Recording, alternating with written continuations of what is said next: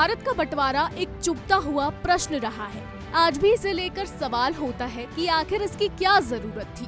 भारत और पाकिस्तान की भाषा, संस्कृति, रीति रिवाजों में बहुत सारी समानताएं मिलती है। इसके बाद भी हिंदू और मुस्लिम के प्रश्न के चलते देश का बंटवारा होने की एक टिस आज भी भारतीयों के मन में है।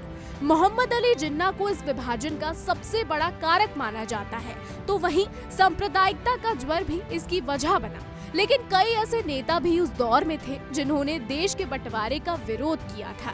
इनमें से एक लीडर थे बाबा साहेब भीमराव अंबेडकर। उनकी पहचान भारतीय संविधान के निर्माता के तौर पर है, लेकिन उन्होंने सांप्रदायिक मसलों और भारत विभाजन पर भी खुलकर कहा था।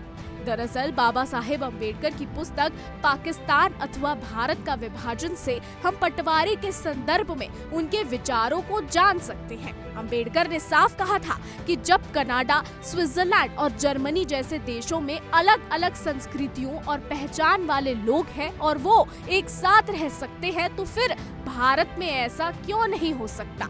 हिंदू और मुस्लिम समुदायों को अलग अलग राष्ट्र बताए जाने के सवाल पर भी उन्होंने खुलकर कहा था कि भले ही ऐसा हो, लेकिन साथ रहा जा सकता है। भीमराव अंबेडकर अपनी किताब में लिखते हैं कि इस बात से कोई इनकार नहीं कर सकता कि हिंदू और मुसलमान के अनेक ढंग, तौर तरीके, धार्मिक तथा सामाजिक रिवाज समान हैं। इस बात से भी कोई इनकार नहीं कर सकता कि ऐसे भी रीति रिवाज और संस्कार है जो धर्म पर आधारित है और वो अलग अलग है। उनके चलते हिंदू और मुसलमान दोनों भागों में विभक्त है। प्रश्न ये है कि किस बात पर अधिक बल दिया जाए। यदि उन बातों पर बल दिया जाए जो दोनों में समान रूप से पाई जाती हैं, तो फिर भारत में दो राष्ट्रों की आवश्यकता नहीं रह जाती। पर उन बातों पर ध्यान दिया जाता है जो सामान्य रूप से भिन्न है, तो ऐसी स्थिति में निसंदेह दो राष्ट्रों का सवाल सही है। बताते चले कि इसके आगे वो कनाडा का उदाहरण देते हुए लिखते हैं, यदि ये मान लिया जाए कि भारत के मुसलमान एक राष्ट्र है, तो क्या भारत ही एकमात्र ऐसा देश है जहां दो राष्ट्रों का अभ्युदय होने वाला है। कनाडा के विषय में क्या विचार है। हर कोई जानता है कि कनाडा में अंग्रेज और फ्रेंच दो राष्ट्र है। क्या दक्षिण अफ्रीका में अंग्रेज और डच दो राष्ट्र नहीं है। कौन नहीं जानता कि स्विट्जरलैंड में जर्मनी, फ्रेंच और इटालियन ये तीन राष्ट्र हैं। क्या कनाडा में फ्रेंचों ने विभाजन की मांग की।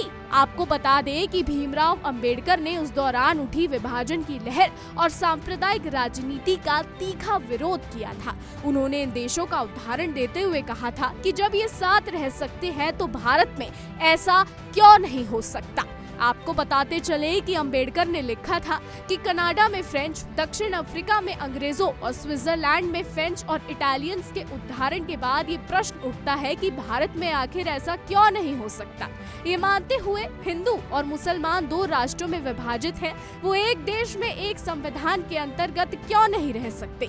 दो राष्ट्र सिद्धांत के चलते भारत के विभाजन की आवश्यकता ही क्या है। हिंदुओं के साथ रहने पर मुसलमान अपनी राष्ट्रीयता तथा संस्कृति के क्षीण होने को लेकर इतने भयभीत क्यों हैं।